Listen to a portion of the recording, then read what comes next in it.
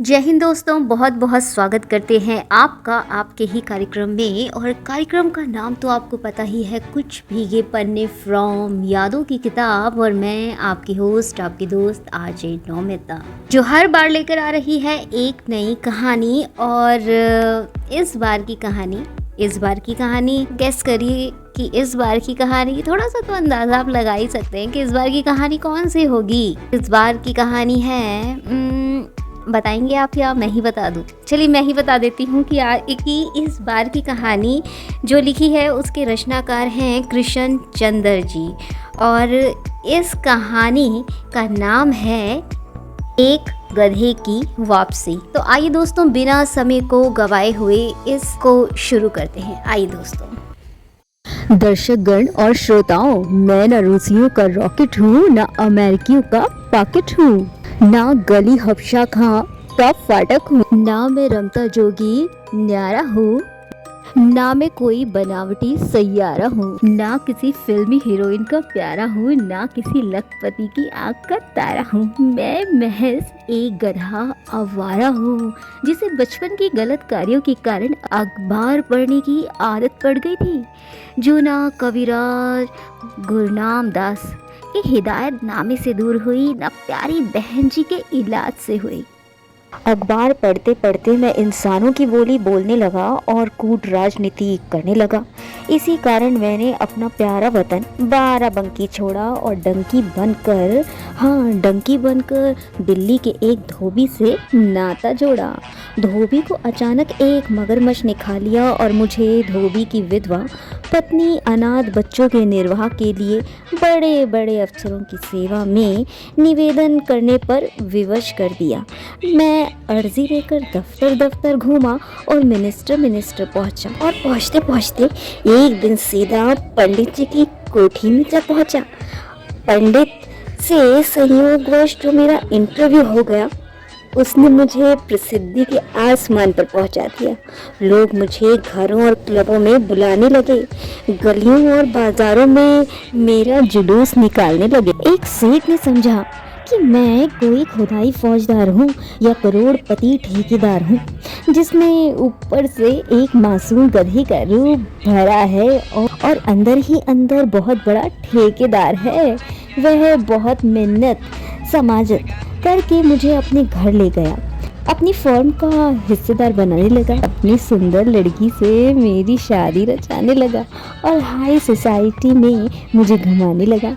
मैंने बहुत इनकार किया, मना किया, बताया मैं यूँ तो ज्ञान भार से लदा हूँ, किंतु दरअसल गधा हूँ। किंतु वह लालच का अंधा मेरी बात पूरी सुनने से पहले अनसुनी कर देता था और अपनी ही हाके जाता था और मेरी आँव भगत किए जाता था। कुछ महीने तो बड़े ऐशो आराम से कटे, किंतु जिस दिन उस लालची सेठ को पता चला कि मेरे पास कोई परमिट है ना कोटा, उसी दिन वो बेपैंदी का लोटा मुझे मारने पर तुल गया और कमरा बंद करके उसने और उसकी लड़की ने मार मार कर मेरा भूसा निकाल दिया और मुझे सख्त घायल करके बाहर सड़क पर निकाल दिया। 6 मास तक मैं जानवरों के अस्पताल में पड़ा, जीवन और मृत्यु के बीच लटकता रहा, पीड़ा की अधिकता से कर्राता रहा, इंसानों की बेहिसी और गधे की बेबसी पर रोता रहा। किंतु ईश्वर को मेरा जीना स्वीकार था और मेरे लिए जिंदगी का जहर पीना जरूरी था। इसीलिए मैं अच्छा हो गया। स्वस्थ होते ही अस्पताल के दयालु डॉक्टर ने मुझे अपने ऑफिस में बुला लिया और मेरी पीठ पर 2 सेर घास लाद कर कहा, तुम्हारे लिए यह 2 सेर घास काफ़ी है, बाकी ईश्वर दाता है। अब तुम यहाँ से चले जाओ और मेरा 2000 का बिल चुकाते जाओ। मैंने कहा, डॉक्टर साहब, मैं एक पढ़ा लिखा गधा नाकारा हूँ, इसीलिए गरीब और आवारा हूँ। मैं जब तक जीऊँगा आपके जान माल की दुआ दूंगा, पर इस बिल का भुगतान नहीं कर सकता। डॉक्टर, जिसका नाम राम अवतार था और अपने काम में बड़ा होशियार था, मेरी विविधता समझकर मुस्कुरा दिया और बिल को वापस अपनी जेब में रखते हुए बोला, तो मेरा यह कर्ज तुम पर बाकी रहा। अब अगर वाकई तुम ये कर्ज देना चाहते हो तो सीधे बम्बई चले जाओ। मैं स्वयं दिल्ली में नहीं रहना चाहता था। दिल्ली जिसने मेरी प्रसिद्धि की ऊंचाई देखी थी और जो अब मेरे पतन की नीचाइयाँ देख रही थी, अब मुझे एक आंख न भाती थी। इसीलिए मैंने डॉक्टर की सलाह मान ली और बम्बई जाने की ठान ली। दिल्ली से मैं रेल की पटरी के किनारे किनारे हो लिया और मथुरा पहुंचा, क्योंकि मुझे मथुरा के पेड़े खाने का बहुत शौक था। किंतु मथुरा में मुझे पेड़ों की बजाय पांडव के डंडे खाने को मिले और मैं वहाँ से जान बचाकर सीधा ग्वालियर पहुँच गया। उद्देश्य तो यही था, हाँ इरादा तो यही था कि तानसेन की समाधि पर जाऊं और उस महान संगीतकार के सामने अपना शीश नवाऊं कि जिसके नाम से भारत में शास्त्रीय संगीत की प्रतिष्ठा कायम है। और यह तो सब लोग जानते हैं कि आजकल भारत में केवल 2 प्रकार के लोग शास्त्रीय संगीत पसंद करते हैं, एक तो तानसेन के श्रद्धालु, दूसरे मैं, वरना सारी दुनिया रेडियो सुनती है। तानसेन की समाधि पर बड़ा सन्नाटा था। उनकी समाधि पर बड़ा सन्नाटा था। एक कोने में 2 यानी उस जगह की रखवाली करने वाले वहां पर सो रहे थे। जमीन पर बासी हारों की पत्तियां बिछी पड़ी थी।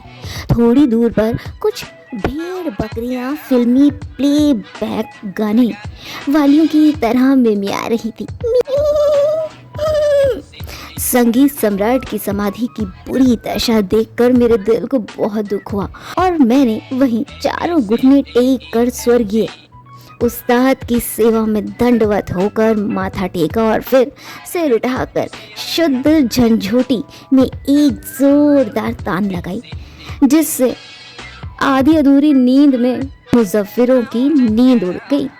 वे जाकर मेरी ओर घूरने लगे और बजाय इसके कि लोग मेरे श्रेष्ठ रुचि बल्कि जो के अकबर उच्चतम रुचि की दाद देते, जिनके सहारे मैंने स्वर्गीय उस्ताद की आत्मा को प्रसन्न करने का प्रयत्न किया था, वे लोग पंजे झाड़कर मेरे पीछे पड़ गए और मुझे डंडे मार मार कर उन्होंने वहाँ से भगा दिया। मैं डंडे खाकर इतना बेमज़ा ना हुआ था जितना ये सोचकर बेमज़ा हुआ कि अब इस देश में आर्ट और कल्चर का भगवान ही मालिक है, जहाँ एक पक्के गाने वाला दूसरे पक्के गाने वाले को अपनी श्रद्धांजलि भी भेंट नहीं कर सकता। और इतनी जोर की दुलकती झाड़ी और रास्ते में खाई देखी न खाड़ी सीधा बम्बई आकर दम लिया। यहाँ पर घीसू घसियारे ने मुझ पर दया की और मुझको अपने मकान पर बांध लिया। घीसू घिसियारा था बड़ा बेचारा, क्योंकि उसके बच्चे थे 11।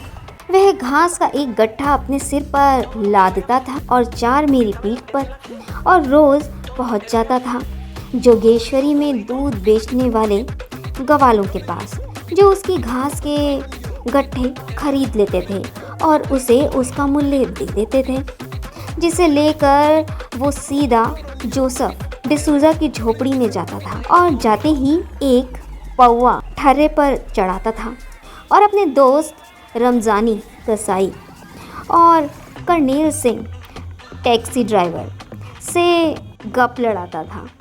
मैं झोपड़े के बाहर नारियल के पेड़ों के नीचे हरी हरी घास चरता और शुक्र करता था कि आखिर मुझे आराम की ज़िंदगी मिली।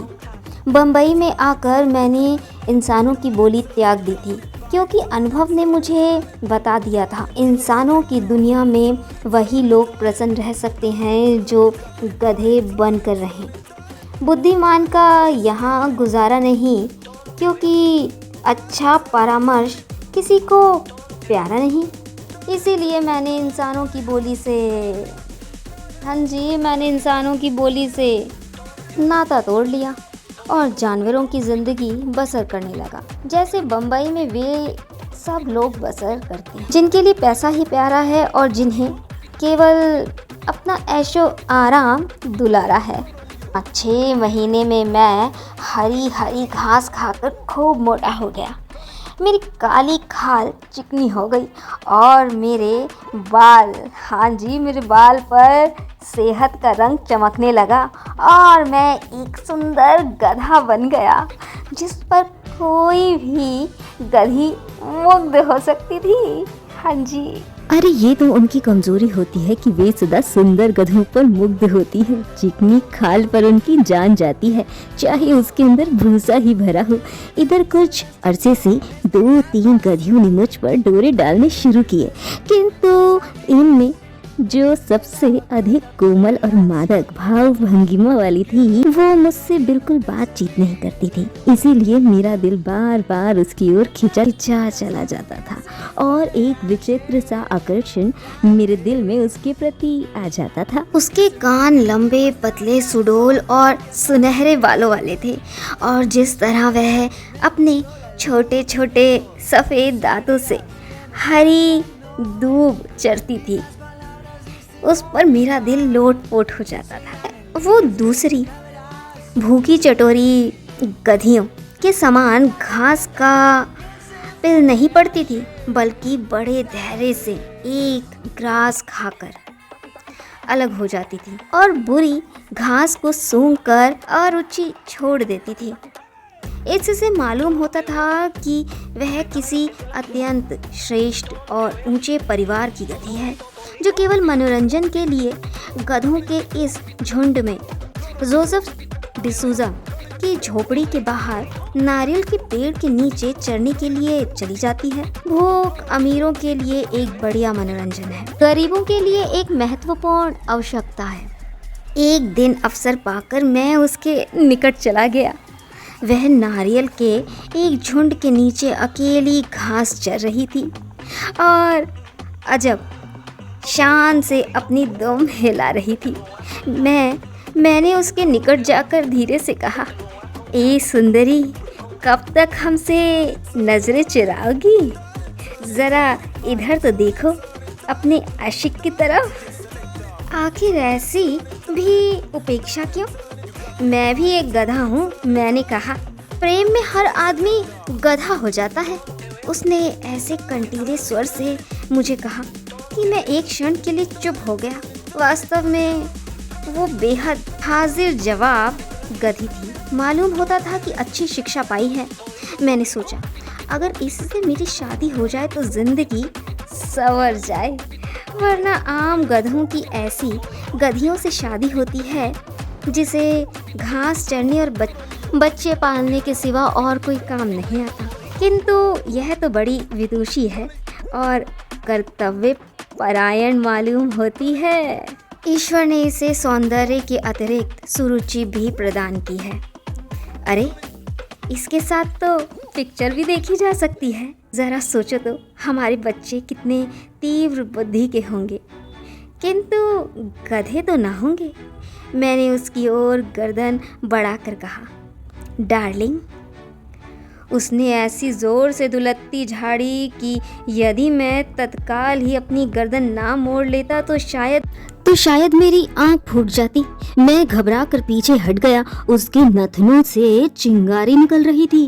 वो अग्निमय दृष्टि से आंखों में आग भरकर मुझे ताकती हुई बोली, एक घसियारे के गधे होकर मुझसे प्रेम करते हुए तुम्हें शर्म नहीं आती? मैंने घबरा कर कहा, तुम कौन हो? वो बोली, मैं विक्टर ब्रिगेंजा की गधी हूँ।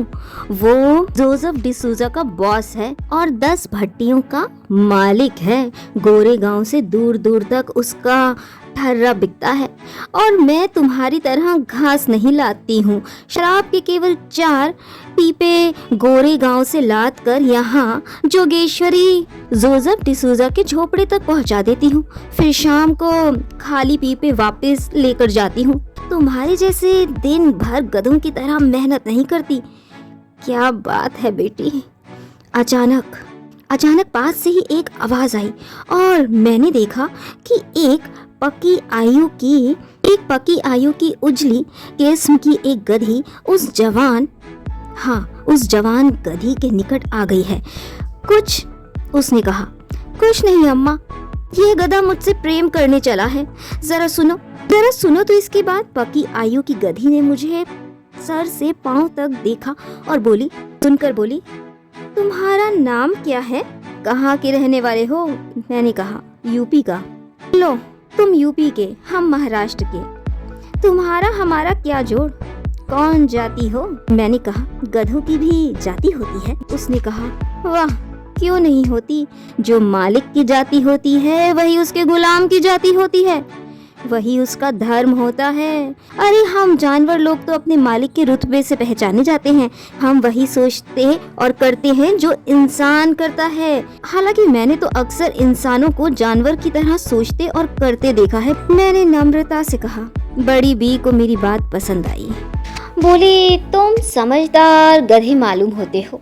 अच्छा ये बताओ कि अगर मैं अपनी बच्ची की शादी तुमसे करने पर तैयार हो जाऊं तो तुम मेरी बच्ची को कहाँ रखोगे और क्या खिलाओगे?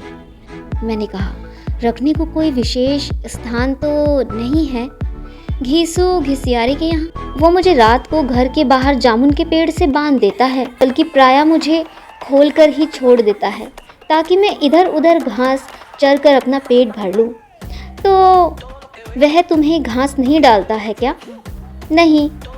तो इसका मतलब कि अगर मेरी बच्ची की तुम्हारे साथ शादी हो जाए तो उसे भी घास नहीं मिलेगी। प्रेम में घास क्या करोगी? अजी इकबाल ने कहा है, बेखतर कूद पड़ा आतिशे इश्क, बड़ी भी इश्क तो इश्क है और घास है। मुझे देखो, इश्क भी करता हूँ और घास भी खाता हूँ, और कभी कभी जब घास नहीं मिलती तो केवल इश्क खाता हूँ, कव्वाली गाता हूँ। यह इश्क है, इश्क है, इश्क है, बस इश्क है। बड़ी बी, तुम मेरी मानो अपनी बेटी को मेरे हवाले कर दो। घास का क्या है, ये दुनिया बहुत बड़ी है, कहीं ना कहीं घास मिल ही जाएगी। बड़ी बी कठोरता से बोली, मैं अपनी मासूम बच्ची की तुमसे हरगिज शादी नहीं करूँगी, जबकि न बाप का पता है, न माँ का, न धर्म, न जाति, जिसका कोई ठौर ठिकाना नहीं, रहने के लिए कोई स्थान नहीं, खाने के लिए घास नहीं, ऊपर से पढ़े लिखे आदमियों की तरह बात करते हो। मैंने गर्वपूर्ण शब्दों में कहा, हाँ मैं अखबार पढ़ सकता हूँ, पर इसमें क्या बुराई है? यह तो बहुत बुरी बात है। बड़ी बी जलकर बोली, आजकल हिंदुस्तान में जितने पढ़े लिखे गधे हैं सब क्लर्की करते हैं या फाका करते हैं। तुम ही बताओ, तुमने आज तक किसी पढ़े लिखे ठीक आदमी को लखपति होते देखा है? ना भैया, मैं तो अपनी बेटी की किसी लखपति से शादी करूंगी, चाहे वह बिल्कुल अनपढ़ धामड़ गधा ही क्यों ना हो। मुझे उस गधी की मूर्खता पूर्ण बातों पर बड़ा क्रोध आया, क्योंकि मामला इश्क का था। इसीलिए मैं जहर का घूंट पीते हुए उसे फिर से समझाने की कोशिश करने लगा। देखो अम्मा, आजकल नया ज़माना है, इस ज़माने में धर्म जाति पाति को कोई नहीं पूछता। हम सब हिंदुस्तानी हैं, हम सब गधे हैं, बस इतना ही सोच लेना काफ़ी है। यह प्रश्न राष्ट्रीय एकता का है। राष्ट्रीय एकता कैसी? तुम्हारी समस्या अलग है, हमारी समस्या अलग, हमारे स्वार्थ अलग, तुम्हारे स्वार्थ अलग, हमारा जीवन स्तर अलग, तुम्हारा जीवन स्तर अलग, और फिर हम तो हिंदुस्तानी भी नहीं, हमारी तो नस्ल भी तुमसे अलग है। मेरी बच्ची के दादा खुदा उन्हें करवट जन्नत बख्शे विशुद्ध अंग्रेजी गधे थे, और मेरी माँ फ्रांसीसी नस्ल की थी, और तुम बड़े बेसुरे बेकार काले हिंदुस्तानी गधे हो और चले हो मेरी बेटी से इश्क जताने। खबरदार, जो मेरी बेटी की तरफ आंख उठाकर भी देखा, दोनों आंखें फोड़ डालूंगी। यह कहकर बड़ी बी ने मेरी तरफ पीट करके इतने जोर की दुलत्ती झाड़ी कि मैं घबरा कर वहाँ से भाग खड़ा हुआ और डिसूजा की झोपड़ी के सामने आकर दम लिया, और उस दिन से संकल्प लिया कि अब प्रेम नहीं करूँगा, क्योंकि प्रेम करने के लिए केवल इतना ही प्राय नहीं है कि आदमी कवि स्वभाव रखता हो। प्रेम करने के लिए यह भी बहुत आवश्यक है कि आदमी को 2 वक्त की घास भी प्राय प्राप्त हो, वरना कोई गधी घास नहीं डालेगी। इसीलिए मैंने उस परियों सी सुंदर गधी से प्रेम करने का विचार त्याग दिया और अपने जीवन को केवल घास लादने पर लगा दिया। कि जो हर गधे का भाग्य होता है। दिन बड़े आराम से गुजर रहे थे। घास लादना, घास खाना और अपने खूंटे पर जाकर आराम से जाकर सो जाना। जिंदगी इससे ज़्यादा सुखी और क्या हो सकती है। और इस दुनिया में अधिकांश लोग इससे अधिक चाहते भी क्या हैं। इस निर्दयी आसमान की चाल को क्या कहिए, मेरी कुछ दिनों की यह शांति भी उससे सहन ना हुई। पहली मुसीबत ये आई कि गवर्नमेंट ने जनता के लिए बम्बई में खालिस दूध की सप्लाई करने के लिए एक बहुत बड़ी डेयरी एक कॉलोनी के नाम से चालू कर दी। समस्त विपत्तियां इसी प्रकार के नेक इरादों से आरंभ होती हैं। अब भला बम्बई में खालिस दूध की किसे आवश्यकता थी। बम्बई के वीर निवासियों ने स्वतंत्रता संग्राम का सारा युद्ध ईरानियों की चाय और गवालों का आधा दूध और आधा पानी पीकर लड़ा, जीता और जिंदा रहे। उनके लिए खालिस दूध हासिल करने का अर्थ इसके अतिरिक्त और क्या हो सकता था। उन्हें व्यर्थ में ही निरंतर संघर्ष और लड़ाई के लिए उकसाया जाए। जिस दिन से बम्बई में आर्य कॉलोनी की नींव पड़ी, उसी दिन से संयुक्त महाराष्ट्र का किस्सा भी शुरू हो गया। आगे लेखक लिखते हैं, जब गवालों का दूध बिकना बंद हो गया तो घीसू घसियारे की घास बिकनी बंद हो गई। तो घर में घीसू घसियारे और बीवी बच्चों के फाके लगने शुरू हो गए। स्थिति इस सीमा तक नाजुक हो गई कि एक दिन जोसेफ डिसूजा की झोपड़ी में घीसू घसियारे ने मुझे बेचने की सोच ली। तरकीब उसे रमजानी ने सुझाई थी। कहने लगा, अगर तुम इस गधे को मेरे हाथ बेच दो तो मैं तुम्हें इसके 50 रुपए दे दूंगा। जोसेफ बोला, हाँ ठीक तो कहता है रमजानी, आजकल तुम्हारी घास कहीं नहीं बिक रही, इसीलिए तुम इस गधे को रख कर क्या करोगे। फिर 7 रुपए मेरे बाकी है तुम पर, वे भी इसी रकम में से कट जाएंगे। मैं दरवाजे के निकट सरक आया और अत्यंत मौन होकर उनकी बातें सुनने लगा। घीसू बोला, इस बेचारे गधे का कोई खर्च तो है नहीं मुझ पर। खुद ही दिन में इधर उधर से घास चरकर मेरे घर के बाहर आके पड़ा रहता है। दिन भर मेरे बच्चे इसकी सवारी करते हैं और एक आधा घास का गट्ठा बिक ही जाता है। रमजानी बोला, वह एक आधा गट्ठा तुम अपने सिर पर लाद कर बेच सकते हो। तुम खुद सोच लो, पूरे 50 रुपए दूंगा और वह भी दोस्ती में दे रहा हूँ, वरना इस गधे के तो 15 रुपए भी महंगे हैं। यीशु बोला, तुम इस गधे को लेकर क्या करोगे। रमजानी एक आह भर कर बोला, हाँ, इस दुनिया में जीना बहुत मुश्किल हो चला है। आजकल भेड़ बकरियां ऐसी दुबली पतली हो रही हैं कि एक के अंदर से 3 सेर गोश्त भी मुश्किल से निकलता है। अब यह तुम्हारा गधा खासा हट्टा कट्टा और मोटा ताज़ा हो रहा है, इसका गोश्त बहुत बढ़िया निकलेगा। तो तुम गधे का गोश्त बेचोगे? घीसू ने आश्चर्य से पूछा। हाँ, बकरी के गोश्त में मिलाकर बेचूंगा। रमजानी बोला, बकरी के गोश्त में मिलाकर बेचोगे? घीसू हैरत से चिल्लाया, क्या कह रहे हो तुम? रमजानी ने ज़रा गुस्से से कहा, इसमें हैरत की क्या बात है? रमजानी ने ज़रा गुस्से से कहा, तुम्हारे गवाले क्या दूध में पानी डालकर नहीं बेचते? घीसू ने फिर आंखें फाड़ कर कहा, मगर गधे का गोश्त लोगों को पता नहीं चलेगा। यह तो अपने अपने पेशे के गुर की बात है। रमजानी बोला, मैंने ऐसे उस्ताद देखे हैं जो बकरी के गोश्त में कुत्ते का गोश्त मिलाकर बेच डालते हैं। मैं तो केवल गधे का ही बेचूंगा, और फिर कीमे में तो कुछ पता ही नहीं चलता। मेरी टांगे भय से सुन्न हो गई। ऐसा मालूम होता था जैसे किसी ने मेरी टांग जैसे किसी ने मेरी टांग के साथ चार चार मन के पत्थर बांध दिए हैं। मैं छप्पर की दीवार के साथ दरवाजे के पीछे लगा यह बातचीत सुन रहा था, जिससे मेरे जीवन और मृत्यु का निर्णय हो रहा था।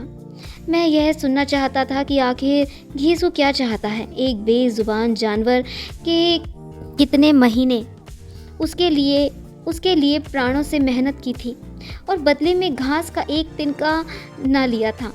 घीसू ने कहा, यह गधा मुझसे और मेरे बच्चों से बहुत हिल गया है। इसकी जान लेने का मेरा जी नहीं चाहता।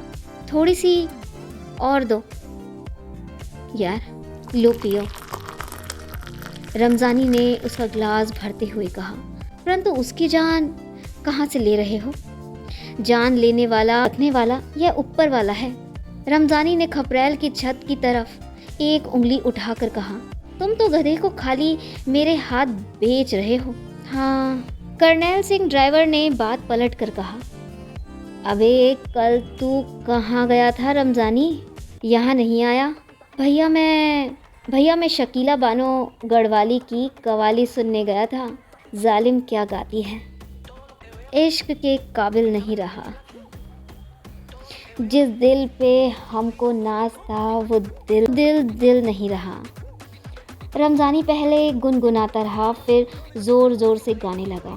घीसू ज़ोर ज़ोर से सिर हिलाने लगा और कर्नैल सिंह टीन का एक खाली डब्बा बजाने लगा। मैंने इत्मीनान की सांस ली। चलो, ज़िंदगी बच गई, आई हुई मौत टल गई। घीसू घिसियारा नशे में बोला, 25 क्या, अगर कोई 50,000 भी दे तो भी अपना गधा ना बेचूं। यार, तेरे गधे की बात कौन करता है? जोसेफ ज़रा क्रोध से बोला। रमजानी का गाना तो सुनने दे। मगर घीसू घसियारे को चिढ़ हो गई थी। वह ज़ोर ज़ोर से अपना हाथ हिलाते हुए बोला, कोई 25 लाख भी दे तो भी मैं अपना गधा न दूं।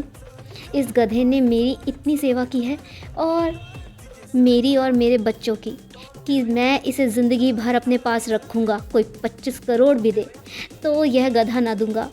घीसू घसियारे ने आज तक किसी की जान नहीं ली। कर्नैल सिंह चिढ़कर बोला, यार जोसेफ, जल्दी से इसका गिलास भर दो। कहाँ से भर दूँ?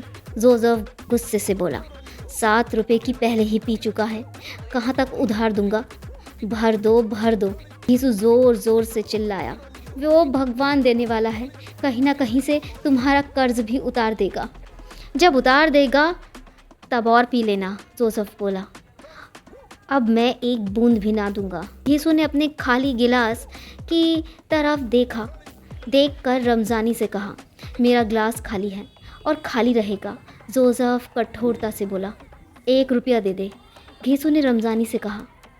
रमजानी ने जेब से 25 रुपये निकाल कर कहा, 1 नहीं 25 देता हूँ। घीसू ने एक क्षण के लिए 25 रुपये की ओर देखा, एक क्षण के लिए रुका और फिर हाथ 25 रुपये की ओर बढ़ गया। जल्दी से उसने रुपए जेब में डालकर कहा, चलो, गधा तुम्हारा हुआ। ले भैया। जोसेफ, अब तो शराब दे दे। जानी मेरे गले में रस्सी डाले मुझे ले जा रहा था और लहक लहक कर गा रहा था, अर्ज़े नियाज़े इश्क के काबिल नहीं रहा। जिस दिल पर हमको नाज था वो दिल नहीं रहा। अचानक मैंने कहा, जाता हूँ दागे हसरते हस्ती के लिए हुए हूँ शम्माए कुश्ता, दर खुरे महफिल नहीं रहा। एकाएक रमजानी ने चौंक कर इधर उधर देखा, मेरी तरफ देखा, फिर मुझे रस्सी से खींचते हुए आगे बढ़ गया। उसकी समझ में नहीं आया कि यह आवाज़ कहाँ से आई थी। उसके चेहरे पर मैंने भय की एक हल्की सी झलक देखी। अब रात छुटपुट बढ़ रही थी और अपने हृदय के भय को दूर करने के लिए रमजानी ज़ोर ज़ोर से गाते हुए मुझे ले जा रहा था और दोहरा रहा था, इश्क के काबिल नहीं रहा। जिस दिल पे हमको नाज था वो दिल अब दिल नहीं रहा। मैंने फिर ज़रा ऊंचे स्वर में, मरने की ए दिल और ही तदबीर कर कि मैं शयाने दस्ते मैं शयाने दस्ते बाजुए कातिल नहीं रहा, बाजुए कातिल नहीं रहा। रमजानी भय से थर थर कांपने लगा। उसने इधर उधर रास्ते में देखा, किंतु किसी को ना पाकर रात के बढ़ते हुए अंधेरे में चिल्लाकर बोला, कौन बोलता है, कौन बोलता है? मैंने कहा, कौन है, कौन बोलता है? फिर मैंने कहा, मैं हूँ एक गधा। तुम? रमजानी की आंखें फटी की फटी रह गईं। तुम एक गधे होकर इंसानों की बोली बोलते हो? मैंने कहा, मैं संकल्प कर रहा था कि इंसानों की बोली कभी नहीं बोलूँगा, किंतु अब जान पर बन आती है और इंसान की कृतज्ञता सामने आती है तो गालिब, हाँ तो गालिब के साथ कहना ही पड़ता है। दिल से हवाए किश्ते वफा मिट गई कि वाह हासिल सिवाय हसरते हासिल नहीं रहा। लाहौल वला कुव्वत, लाहौल वला कुव्वत, रमजानी ने ज़ोर से कहा और घबरा कर उसने रस्सी छोड़ दी और फिर मेरी तरफ पीट करके तेज़ी से भागा कि मैं उसे बुलाता ही रह गया। रमजानी भैया, ए रमजानी भैया, ए रमजानी, ज़रा सुनो, सुनो तो सही। किंतु उसने एक बार भी पीछे मुड़कर नहीं देखा और भय से पागलों की तरह चीखता हुआ, कुछ पड़ता हुआ वहाँ से हवा हो गया। मैं सिर झुकाकर धीरे धीरे कदम रखता हुआ वापस चलने लगा और कुछ मिनट बाद जोज़फ के झोपड़े के बाहर पहुँच गया, किंतु घीसू घिसियारा उस समय वहाँ से जा चुका था और कर्नैल सिंह भी। इस समय अकेला जोसेफ अपने झोपड़े के बाहर लकड़ी के एक बेंच पर बैठा हुआ अंतिम जाम पी रहा था। उसने जब मुझे देखा तो लपक कर आगे बढ़ा और मेरी रस्सी अपने हाथ में लेकर बोला, रस्सी तुड़वाकर अपनी जान बचा लाए, मगर बच के कहाँ जाओगे मियाँ गधे, सुबह तुमको रमजानी के हवाले कर दूंगा। यह कहकर मुझे नारियल के पेड़ से बांध दिया। मैंने अफसर देखकर जोसेफ से कहा, जोसेफ हाय। वह आश्चर्य से चीखा। मैंने कहा, चिल्लाने की ज़रूरत नहीं, तुम एक पढ़े लिखे आदमी हो, इसीलिए मैं तुमसे बातचीत करता हूँ और तुमसे कहता हूँ। मैं एक गधा ही बोल रहा हूँ। क्या मैं नशे में हूँ? उसने अपने आप से पूछा। नशे में तो हो, किंतु यह बिल्कुल सच है कि इस समय तुम्हारा नशा नहीं बोल रहा, यह खाकसार बोल रहा है। बचपन में मैंने इंसानों की बोली सीखी थी। ये कहकर मैंने जोसेफ को अपनी थोड़ी सी विपदा कह सुनाई। वह मेरा हाल सुनकर बोला, ओह गॉड, बिल्कुल विश्वास नहीं आता, मगर अब तुम्हें अपने सामने बोलता सुन रहा हूँ तो विश्वास करना पड़ता है कि तुम वही प्रसिद्ध गधे हो जिसने पंडित से भेंट की थी। अब याद आया, मैंने उसके बारे में अखबारों में भी पढ़ा था। फरमाइए, मैं आपकी क्या सेवा कर सकता हूँ? मैंने कहा, रमजानी के हाथों मेरी जान बचा सकते हो? वो किस तरह? जोसेफ ने पूछा। रमजानी ने 25 रुपये में घीसू ने तुम्हें खरीद लिया है। 25 रुपये में क्या तुम मेरी जान लोगे? मुंबई में दादा लोग तो 10 रुपये में जान लेने को रहते हैं, और वह भी एक इंसान की। तुम एक गधे हो, हालांकि पढ़े लिखे हो, पर इससे क्या होता है? विश्व युद्ध में मैं एक सिपाही था। मैंने स्वयं आंखों देखा लाखों इंसानों को कुछ रुपयों की खातिर खून और आग की भट्टी में झोंक दिया गया था। तो तुम महज एक गधे हो, वो भी गधे थे। मैंने अत्यंत कड़वे स्वर में कहा। यद्यपि हिसाब लगाओ तो युद्ध के मोर्चे पर इंसानों की जिंदगी भेड़ बकरियों से भी सस्ती बिकी है। हिरोशिमा में एक बम ने कितनी लाखों जानें ले ली हैं। ज़रा हिसाब लगाओ, 25 रुपये प्रत्येक आदमी भी नहीं पड़े होंगे।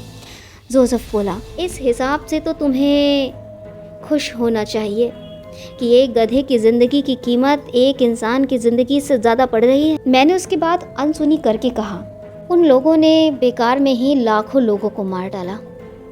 यदि वे उनका गोश्त बकरी के गोश्त में मिलाकर बेचते तो उन्हें अधिक लाभ होता, और लाभ भी तो वे चाहते हैं। तुम कैसी भयानक बातें करते हो, जोसेफ चिल्लाया। इतनी भयानक नहीं जितनी की ज़िंदगी है, जिसमें 25 रुपए के लिए एक गधे की रस्सी दूसरे के हाथों में थाम दी जाती है। तुम क्या चाहते हो? मैं जीवित रहना चाहता हूँ, मैंने रूंधे हुए स्वर में कहा। मेरी तरह के करोड़ों लोग इस दुनिया में मौजूद हैं जो अत्यंत भोले और कायर और निरे गधे हैं, किंतु हम सब जीवित रहने का अधिकार मांगते हैं। हम में से कोई अपने गले की रस्सी नहीं चाहता। खुदाई फौजदार ना बनो, जोसेफ बोला, सिर्फ अपनी बात करो। मैं चाहता हूँ कि तुम मुझे रमज़ानी से खरीद लो। वाह, एक गधे की जान बचाने के लिए रमज़ानी को 25 रुपये दे दूँ? ऐसा गधा नहीं हूँ मैं, जोसेफ बिगड़ कर बोला। मेरी बात पूरी सुन लेते, फिर कुछ कहते। मैंने उसे समझाते हुए कहा, इसमें तुम्हारा ही फ़ायदा है। अगर तुम मुझे रमज़ानी से खरीद लोगे तो मैं तुम्हारा ठर्रा बिना तलाशी के पुलिस की चौकी के पार पहुंचा दिया कर। अब तक तुम इस काम के लिए इंसानों से काम लेते थे जो कभी ना कभी पुलिस के हाथों पकड़े जाते थे, उन्हें सज़ा दी जाती है और तुम्हारी शराब पकड़ी जाती है। किंतु यदि तुम इस काम के लिए मुझे नौकर रख लोगे तो मैं तुमसे वायदा करता हूँ कि पुलिस एक बार भी तुम्हें ना पकड़ सकेगी। बहुत आसान काम है, किंतु इसके लिए तुम्हें अपना एक अड्डा बांद्रा में और दूसरा कहीं और बाहर के इलाके में कायम करना पड़ेगा। जोसेफ बोला, तुम इसकी चिंता मत करो, वहाँ पहले से ही कई अड्डे मौजूद हैं। मैंने कहा, तो फिर तो इस प्रस्ताव पर कार्य करना अत्यंत सुगम है, और मुझे आश्चर्य है कि आज तक किसी स्मगलर को ऐसी बढ़िया तरकीब क्यों न सूझी। जोसेफ ने बेचैनी से कहा, अब तुम बातें ना करो, जल्दी से अपना प्रस्ताव समझाओ। प्रस्ताव बहुत आसान है, तुम केवल इतना करो कि सुबह सुबह मुझे जोगेश्वरी से बांद्रा के अड्डे तक ले जाओ, फिर वहाँ से सुबह सवेरे निहार मुँह मेरे खाली मेदे में शराब भर दो गले तक। मेरे मेदे और आंतों में कई गैलन तक शराब समा सकती है, इसीलिए जब हलक तक शराब भर जाए तो तुम माहिम क्रीक तक ले जाकर छोड़ दो। वहाँ से मैं खुद धीरे धीरे एक आवारा अनाथ गधे की तरह चलता हुआ 5 मिनट में पुलिस चौकी पार कर जाऊंगा। पुलिस को एक क्षण के लिए भी संदेह ना होगा कि इस गधे के पेट में इतनी गैलन शराब भरी पड़ी है। वे तो केवल इंसान और कपड़ों की तलाशी लेते हैं, किंतु एक नंगे गधे पर एक कपड़ा, एक चिथड़ा तक नहीं, उन्हें कैसे शक होगा। अतः मैं प्रत्येक दिन पुलिस चौकी से बिना किसी भय के सुरक्षित गुजर जाया करूँगा। फिर माहिम के अड्डे पर पहुंचकर तो मेरे गले में रबड़ की नली डालकर पंप के द्वारा शराब निकाल लिया करना और अपने ग्राहकों में बांट दिया करना। क्या मेरे ग्राहक गधे के पेट से निकली शराब पीना पसंद करेंगे? मैंने कहा, मूर्ख हुए हो। जो लोग गंदी मोरियों में दबाई हुई बोतलों और गंदे सड़े पीपों की शराब पीते हैं, जो लोग साइकिलों के गले और पुराने ट्यूबों में ले जाई गई शराब डकार ले जाते हैं, उन्हें एक गधे के आंतों से निकली हुई शराब पीने में क्या ऐतराज़ होगा? सुबह सवेरे मेरा भूखा खाली मैदा बहरहाल गली सड़ी ट्यूबों से तो अधिक साफ सुथरा होगा। और तुम्हें नशा नहीं होगा क्या? उसने कहा। 5 मिनट में क्या नशा होगा? माहिम क्रीक पार करने में 5 मिनट से अधिक ना लगेंगे। यूँ सोचो, मेरा पेट पेट्रोल ले जाने वाली लॉरी का बड़ा ड्रम है। बांद्रा रिस्क फिलिंग स्टेशन है। बांद्रा पर तुम इस ड्रम को भर देते हो, माहिम पर खाली कर लेते हो। बहुत बढ़िया, आसान, सस्ता, लाभदायक, सुरक्षित और साइंटिफिक सुझाव है। गॉड ब्लेस यू, जोसेफ ने 1 मिनट सोचने के बाद कहा। फिर उसने प्रसन्नता से दोनों बाहें मेरे गले में डाल दी। क्या तरकीब बताई है तुमने, स्मगलर गधा? अरे पुलिस कयामत तक शक नहीं कर सकती। मैं तो एक ही साल में लखपति हो सकता हूँ। प्रसन्नता से जोसेफ मेरा मुंह चूमने लगा। अब तो मैं ज़रूर लखपति बन जाऊँगा। अब तो मैं 25 क्या 100 रुपये देकर रमज़ानी से तुम्हें खरीद लूँगा। वो इसलिए कि पहले मैं एक गधा था, अब मैं एक लाभदायक सुझाव हूँ, और जब इंसान को लाभ दिखाई देने लगे तो एक गधे के मुंह पर भी चूम सकता है। अंदर आ जाओ, जोसेफ ने मेरी रस्सी खींचते हुए कहा। मैं तुम्हें बाहर नारियल के पेड़ के नीचे बांधने का खतरा मोल नहीं ले सकता। संभव है तुम्हें सर्दी लग जाए। तुम्हारे बदन में तो एक कपड़ा तक नहीं है। मैंने कहा, दुनिया में करोड़ों बेघर गधे नंगे और अधनंगे खुले आसमां तले सोते हैं। अजी गोली मारो उन गधों को।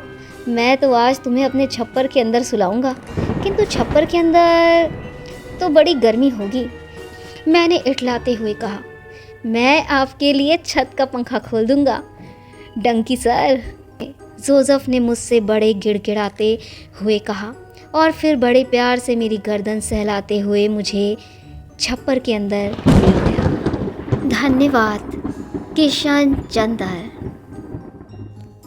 दोस्तों, थी ना ये कितनी मज़ेदार कहानी कि इंसान के अंदर का लालच कितना ज़्यादा होता है कि वो उसे अपना फ़ायदा निकालने के लिए वो गधे को भी सब कुछ मान सकता है।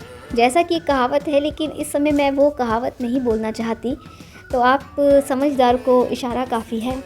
तो किस तरीके से इस कहानी में जो जैसे जैसे कहानी टर्न हुई है, भाई मुझे तो बहुत मज़ा आया इस कहानी को सुनाते हुए, और उम्मीद करती हूँ कि आपको भी बहुत मज़ा आया होगा। तो दोस्तों, आज के लिए बस इतना ही। अभी के लिए आपको एक गीत के साथ छोड़े जा रही हूँ। अभी के लिए आप इस गीत को सुनिए और सुनना न भूलें। रेडियो उड़ान, अ फ्लाइट ऑफ लाइफ, ज़िंदगी की उड़ान, एक उड़ान ऐसी जिसकी कोई सीमा नहीं होती।